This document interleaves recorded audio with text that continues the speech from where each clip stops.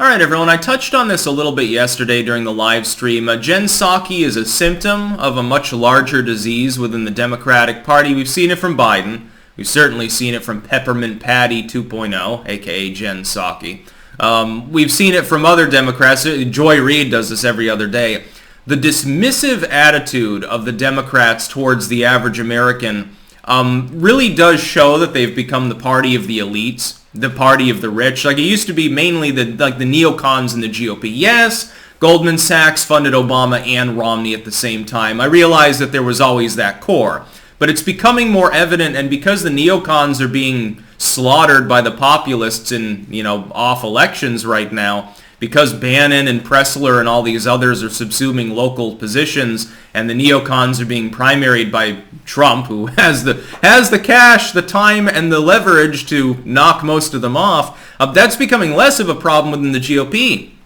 You got less warmongering and less elitism.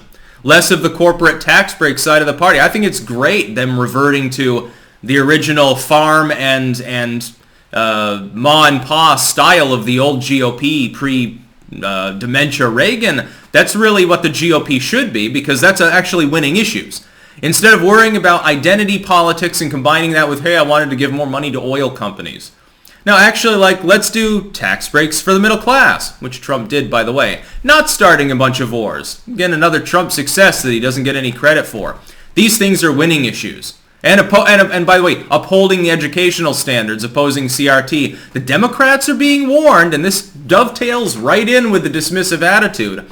They're being warned by the legacy media of all groups to lay off parents. You have numerous examples now. You had another one the other day. Check RCP. The story, I think, is still collated there, where school officials, tend to lean left, and they're in league with CRT, a.k.a. the Democratic Party. I guess they're tied at the hip at the moment. Siamese twins, I suppose, are saying things like, well, I don't work for you, to parents that are questioning curriculum. Partnering with the ACLU, which is effectively a leftoid group at this point. It's sad to see over the last decade how far they can fall. Probably they haven't hit bottom yet, Throw them another shovel. They'll keep digging. The ACLU coming out against curriculum transparency. The war on parents and the war on education in general. Again, this used to be a casting for the GOP. The GOP hates science. They want to teach creationism in schools. They are book burners. They want you to not have Harry Potter in the schools. By the way, that was a big problem. You can't tackle the problem of childhood illiteracy unless you want kids to read. Doesn't matter what they're reading. If they want to read Harry Potter or the Pokemon comic, at least they're reading something. Who fucking gives a shit? People's spelling capabilities have been reduced to the Neanderthal stage just by Twitter and by text messages anyway. The attention span is no wonder that TikTok botting and shill bots aside, no wonder that it did take off with the younger generation. They don't have the capability of paying attention to a 5-minute video. Asking them to watch a full-on documentary, oh, that's a rare breed. That's like only the nerds do that at this point, the total science geeks maybe. The Democrats have been attacking education. They're trying to erode civics and history to the point of basically white person bad. That's all that would be left. You've got woke math in the most literal sense. Get the math problem wrong, but you still get a good score because you justified your opinion. Well, that's not going to lead to... if you want another Chernobyl, then those would be the nuclear physicists that you would definitely want. The dumbing down of testing standards. Having kids not have recess. Eating outside on the cold floor, as they do in New York right now in many schools. Dumbed down curricula. No social interaction. Masturbation all the time. The Democrats have pissed off parents, and they're doubling down.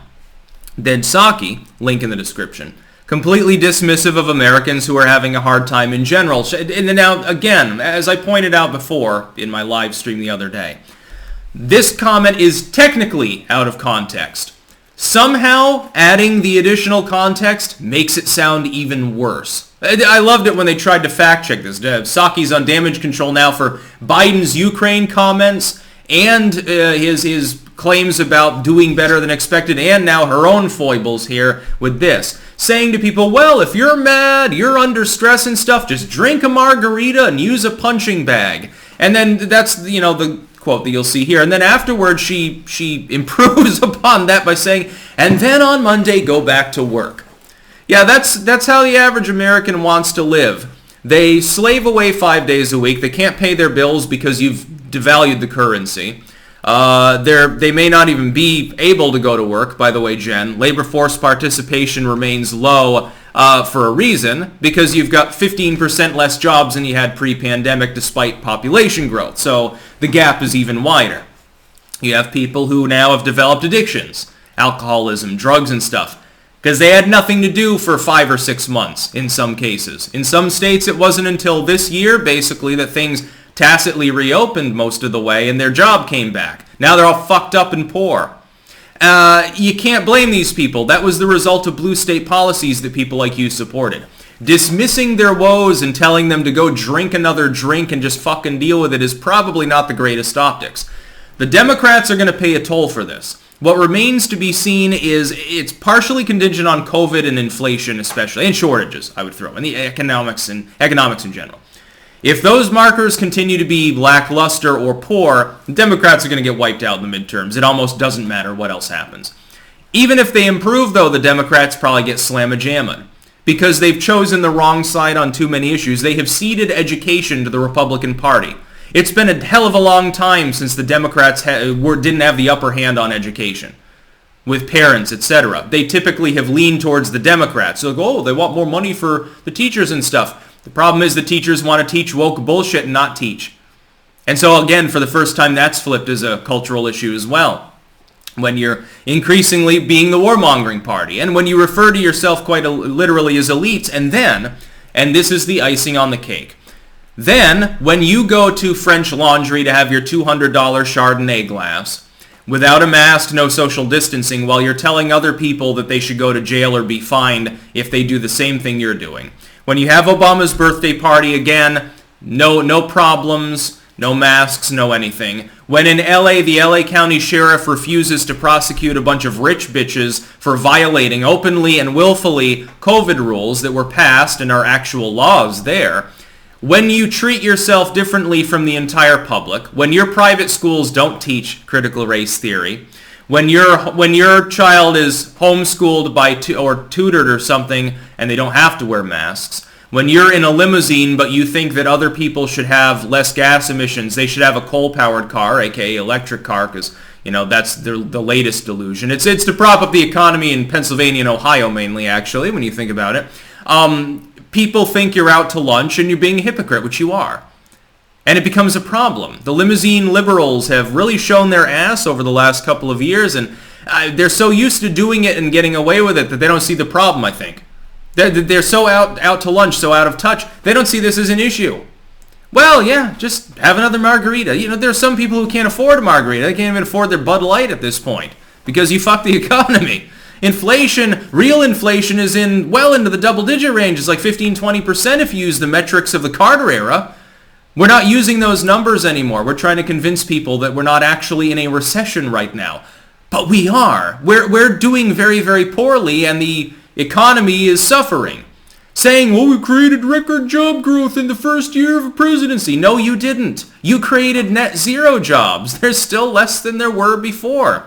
If you want to look at month over month record job creation, you'd have to give credit to Trump if you're going to take credit for that. That was, June or July or something of that year. That's the record growth. Now, most of the unemployment was reabsorbed over the course of about 3 months under Trump. It's already back near historic lows that Obama thought we'd never get back to before Biden took the goddamn oath of office for his asterisk administration. But their dismissive attitude is not winning them any fans. I'm seeing people who, again, I will vouch for being liberal. They're Dem partisans, and they're starting to sour on this shit. And I know this. I interact with thousands of people on a regular basis. Not all of these people, believe it or not, my detractors, not everyone that I talk to is part of a right-wing echo chamber. I have liberals that I communicate with regularly.